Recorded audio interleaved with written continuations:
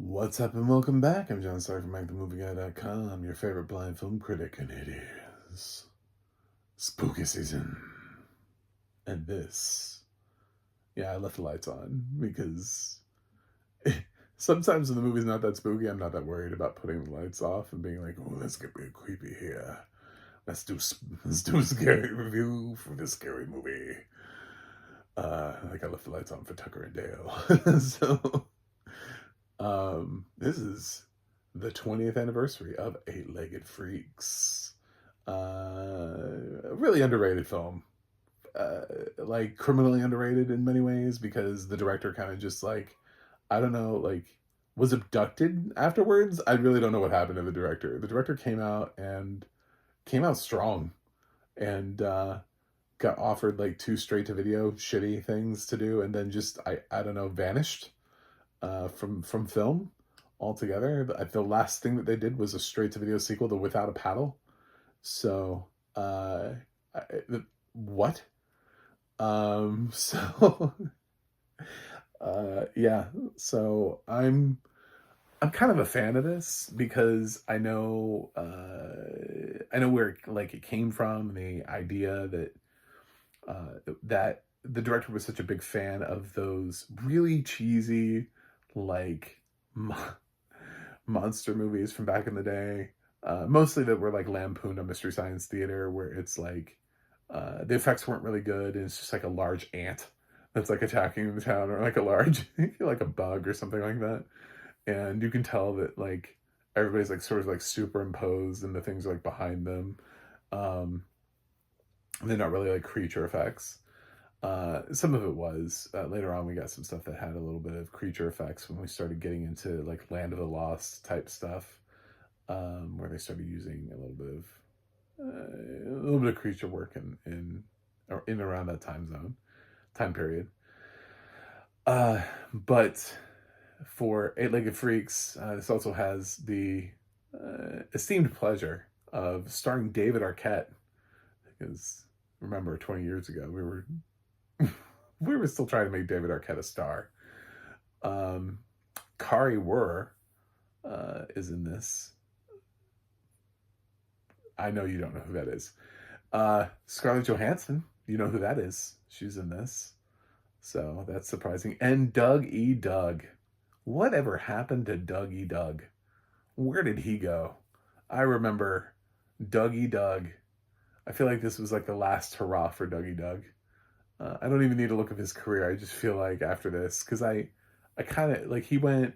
I remember him Cool Runnings, Operation Dumbo Drop.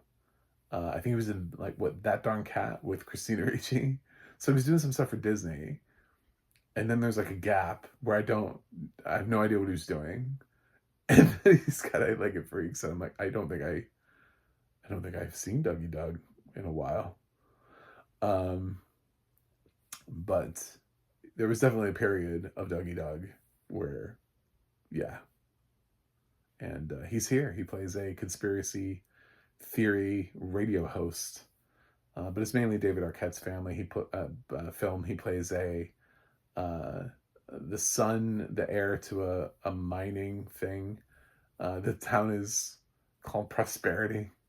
I love when we name towns like that. That's just such a great name for a town. We always have these really perfect names. It's almost playing like homage to something like Tremors, where you're like, what's the name of the town?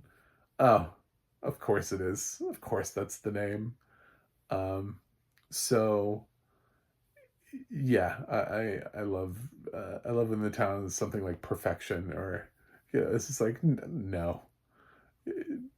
Anyway, uh, but yeah, this feels like those kind of creature features that we didn't necessarily get, that aren't really horror movies. They're like horror light.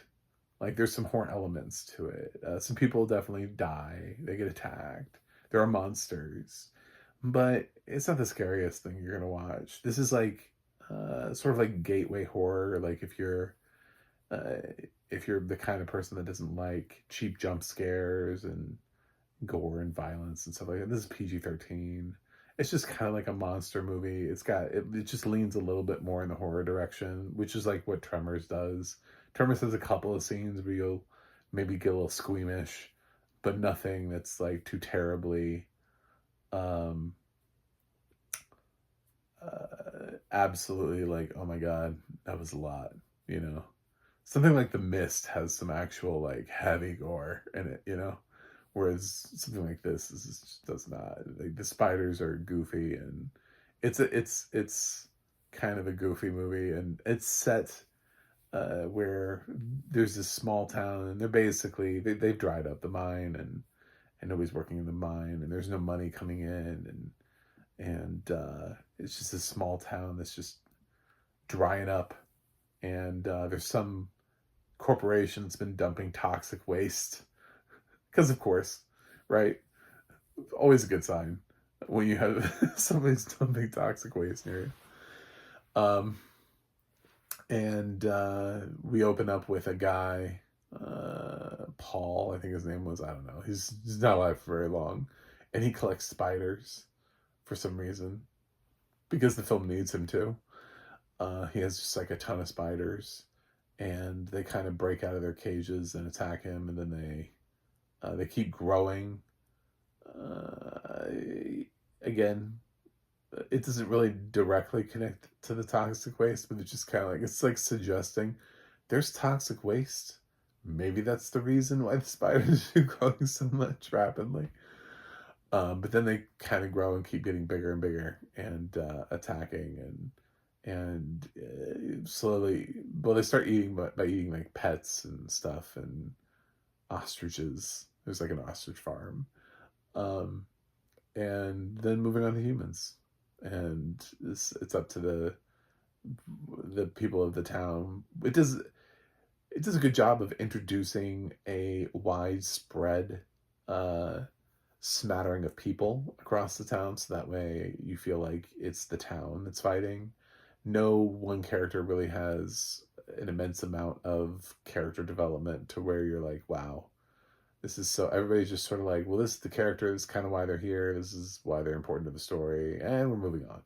David Arquette even is very sort of like surface level, mainly because he's not that great of an actor. So if you give him too much to do, he kind of has to kind of stay in his realm in order to be interesting. Kari Wurr is not a good actress, and she's supposed to be believable as like this cop, and that's a stretch.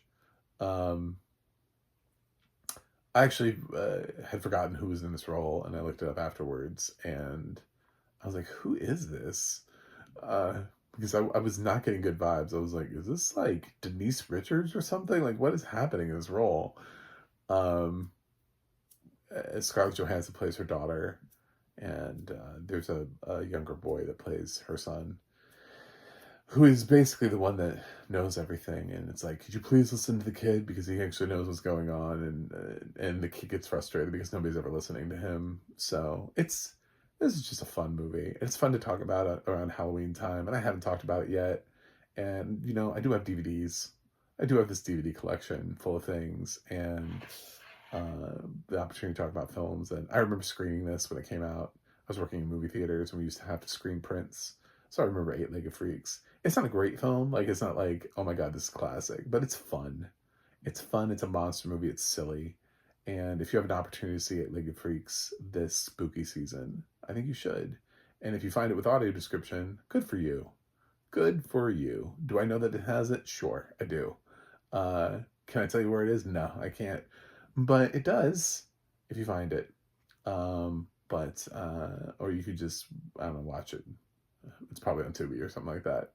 Or I don't know, AMC Plus or something. Somebody's probably got it somewhere. But I feel like this is a film that's being forgotten, and since it was the 20th anniversary, I noticed it lined up perfectly, 2004. So I want to give another shout out to Eight-Legged Freaks. Get it out there and get people talking about it, and maybe we can find the director, get him out of witness protection. What is he in? Like, where did this director go? This director basically had like a great short film that got tons of critical praise. It was at Telluride, And then like Roland Emmerich and Dean Devlin watched it, and they were like, "Oh yeah, okay, we'll give you $30 million to make Eight-Legged Freaks." I don't think that was that high of a budget, and that's probably, I think that's close to what Eight-Legged Freaks made at the box office. So I don't know why this dude's career just went nowhere after this. Like, it doesn't make any sense. It's just like, why wasn't he given another? Why is Eli Roth still directing? You know? Like, why does Eli Roth get to direct every fucking film ever? But, like, this guy directs one film that basically does about as well as could be expected, given the cast that he was given, and the fact that it's a cheesy monster movie that we released in the middle of the summer starring David Arquette. I don't know what you wanted from it. But then, I don't know, he just gets cast aside like he's garbage or something. But I think the film is, I think this is fine. I would love to see him direct another monster movie. You know, James Gunn started off doing stuff like this, and now look at where he is. So you never know. And when you throw somebody away like that, it's just like, what could they have done with better actors on their sophomore attempts? You know what I'm saying? Instead of, I think they have like a straight to video like Night of the Living Dead movie, and like the straight to video sequel to Without a Paddle, and it's just like that's it. Great. You know, that feels like might as well just start directing episodes of things on the CW. You know, but anyway, I lament enough. Eight-Legged Freaks. Should you watch it? I think so. I think it's fun. I'm not gonna try to tell you that it's the best movie ever made, but I'm gonna tell you it's a fun movie. And this is one where you say they don't make them like they used to. But this is also a film that in 2004 somebody said they don't make them like they used to, and some guy was like, "Uh-huh, and I'm gonna make them like they used to," and he really does try to get the general vibe of those kinds of things. What were they called? Like Them, I think was called one of them. So I think one of them was just called Bug. I feel like, you know what I'm talking about? Those like movies in the 50s where, anyway, yeah, it feels like that. It's got vibes, but it also has the 2004 feel where they don't need to just put pictures of, of giant insects behind them, like they're standing in front of a screen. Anyway, those are fun. I miss Mystery Science Theater also. Anyway, I'll give Eight-Legged Freaks a B. I think it sets out to achieve this thing. It's campy. It's based on camp. It's based on this one thing, and it does it very well. So that's it. Thanks for watching. Thanks for subscribing, and I will see you guys on the other side.